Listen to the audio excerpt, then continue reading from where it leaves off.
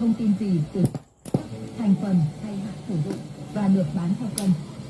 Đặc biệt phần lớn các sản phẩm bán chợ handmade không có nhãn mác, không có.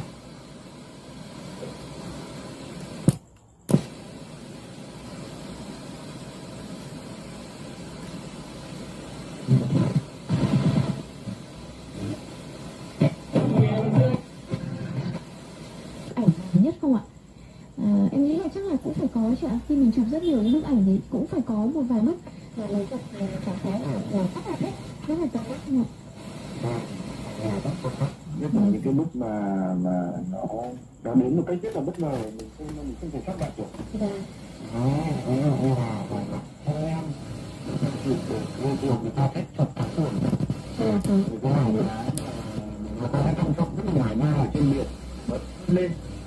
Cái con cá chuồn ở trên đảo ấy thì nó tưởng nó bơi ở dưới nước, thế nhưng mà nó bị những loài cá to săn đuổi thì bay lên, nó bay lên khỏi mặt nước. Hai cái vây trước của nó phát triển một tiến hóa, nó thành như là cái cánh chim. Thì con đấy một khi mà nó rút ra khỏi mặt nước thì nó vẫy lên là đến 60 lần trên một giây. Nó để lại trên biển một cái vệt dài rất đẹp, và tôi thường là tôi canh được cái khoảnh khắc đấy và tôi ghi lại. Thì cả một cái tiến trình của con cá chuồn nó khi nó trồi lên khỏi mặt nước và lúc nó xòe cánh ra tay, nó để lại một cái vệt nước rất là đẹp. Đấy là những cái mà mình rất là kỳ công. Dân tộc Việt Nam, nơi đây còn là khu rừng nắng, đa dạng sinh học, giữ vai trò đặc biệt trong chiến lược phát triển bền vững kinh tế biển quốc gia và bảo vệ.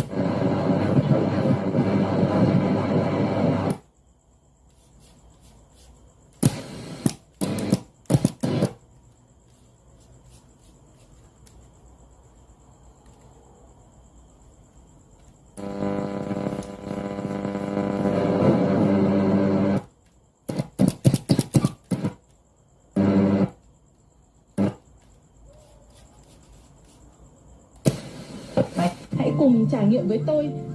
Hỗ trợ làm thì Togat thi đấu ở vị trí tiền vệ phòng ngự nhưng cũng gây ấn tượng ở khả năng hỗ trợ tấn công. Trên mọi đấu trường ở mùa giải trước, tiền vệ 31 tuổi này đã ghi được 6 bàn thắng, trong đó có 5 pha lập công ở giải Ngoại hạng Anh. Sau khi đặt bút ký hợp đồng với Arsenal, áo số 16, kế hoạch trong vòng Arsenal. Đó là tiền vệ cánh.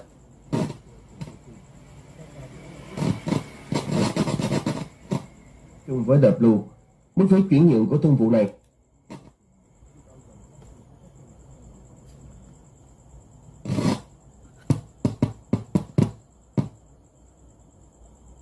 chỉ sau ít ngày đàm phán, Tottenham đã hoàn tất thủ tục chiêu mộ tiền vệ Mohamed Kudus từ West Ham.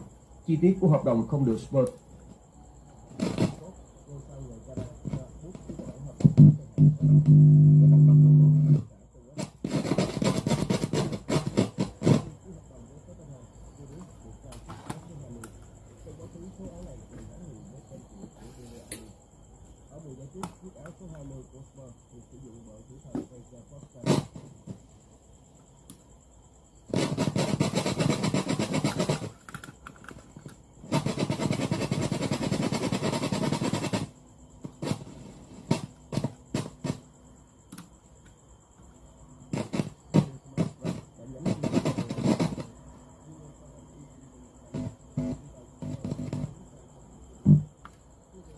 Giá cao của Kudus bởi ngoài lối chơi giàu tốc độ và thể lực, cầu thủ Kudus được West Ham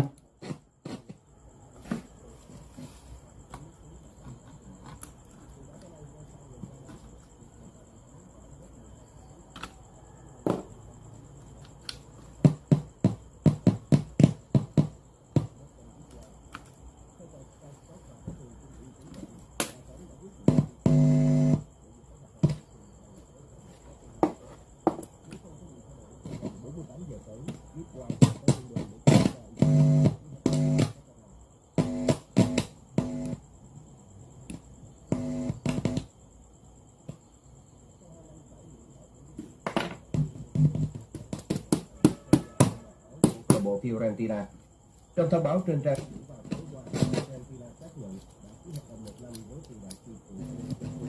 dạng chuyển nhượng tự do từ Fenerbahce, chân sút người Bosnia đã tái xuất giải Serie A sau 2 năm chia tay với câu lạc bộ Inter Milan. Với tiềm lực tài chính để giành tấm vé thứ hai góp mặt trong trận chung kết. Theo được dự kiến thì trận chung kết của giải Wimbledon năm nay giữa Iga Swiatek và Anisimova sẽ diễn ra vào lúc 22 giờ tối nay 12 tháng 7 theo giờ. Đến đây thì thời lượng dành cho bản tin thể thao quốc tế hôm nay sẽ được tạm dừng. Hẹn gặp lại quý thính giả trong các bản tin tiếp theo. Thân ái chào tạm biệt.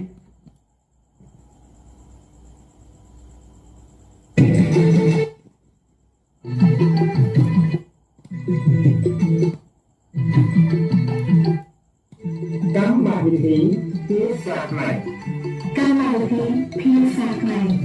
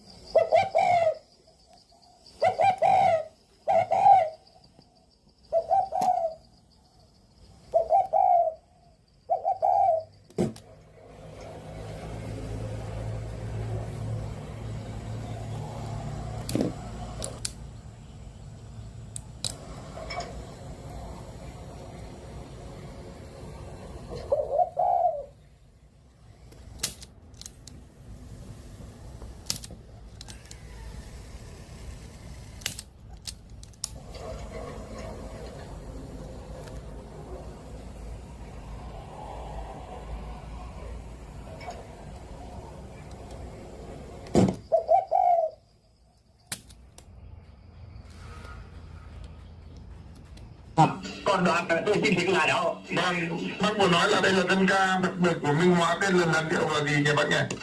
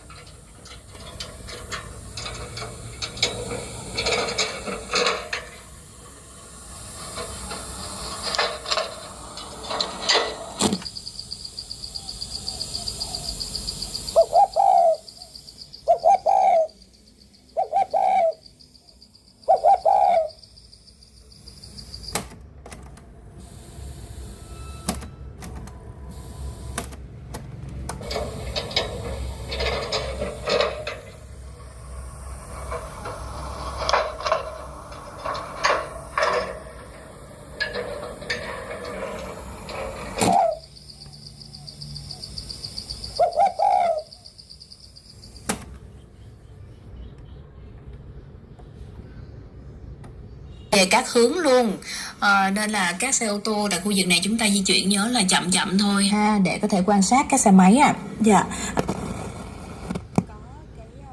Rẽ trái nên là lúc quan sát là khu vực đường Thủ Khoa Huân là hiện tại đang đèn xanh, là các xe máy rất là nhiều luôn, di chuyển đầu tiên luôn là các xe máy rất là nhiều, thì sau đó cũng có lác đác vài chiếc xe ô tô con và cũng thời nó tăng đáng ghi nhớ một cái yếu tố mà tôi cho rằng là không phải những cái sản phẩm nào có được ra gì, đó là người ta sử dụng enzyme nattokinase. Enzyme này ở đâu ra? Đây chính là một phát minh của các nhà khoa học Nhật Bản từ năm 1987. Và tất cả các bạn vào thứ hai hàng tuần, con sẽ là Duy Thanh, hãy gọi tôi là Victor Hayman. Trong chương trình này đừng có nghĩ tiêu cực nhé, bởi vì Duy Thanh muốn nhìn tất cả mọi Ảo an toàn thực hơn trong quá trình lưu thông. Ông rồi đầm ấm và thương ông, đến khi kể cái chuyện là lần đầu tiên được về quê rồi lại nhiễm những cái cách gọi của bọn trẻ trong sân. Chuỗi những bài hit trong thập niên 90 thể hiện rõ nét tại ban chỉ huy phòng thủ khu vực 1 Phú Lợi. Đây là một trong những đầu mối mới trong hệ thống tổ chức sau sáp nhập, nơi tập trung cán bộ.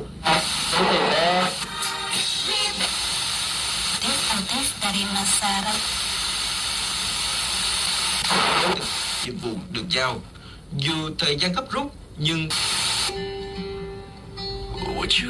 Ai á thì mình sẽ tập. Phóng viên tỉnh Đồng Nai cũng cho biết sẽ tiếp tục triển khai xuyên suốt hàng ngày. Đêm Chủ nhật với các chủ đề có đi trên tuyến gần cao tốc. Anh nói rằng là đoạn đường Trần Phú ra nút giao 319 ghi nhận đông chậm. Còn trên cao tốc Thành phố Hồ Chí Minh Long Thành Dầu Dây lúc này. Merci. Merci beaucoup.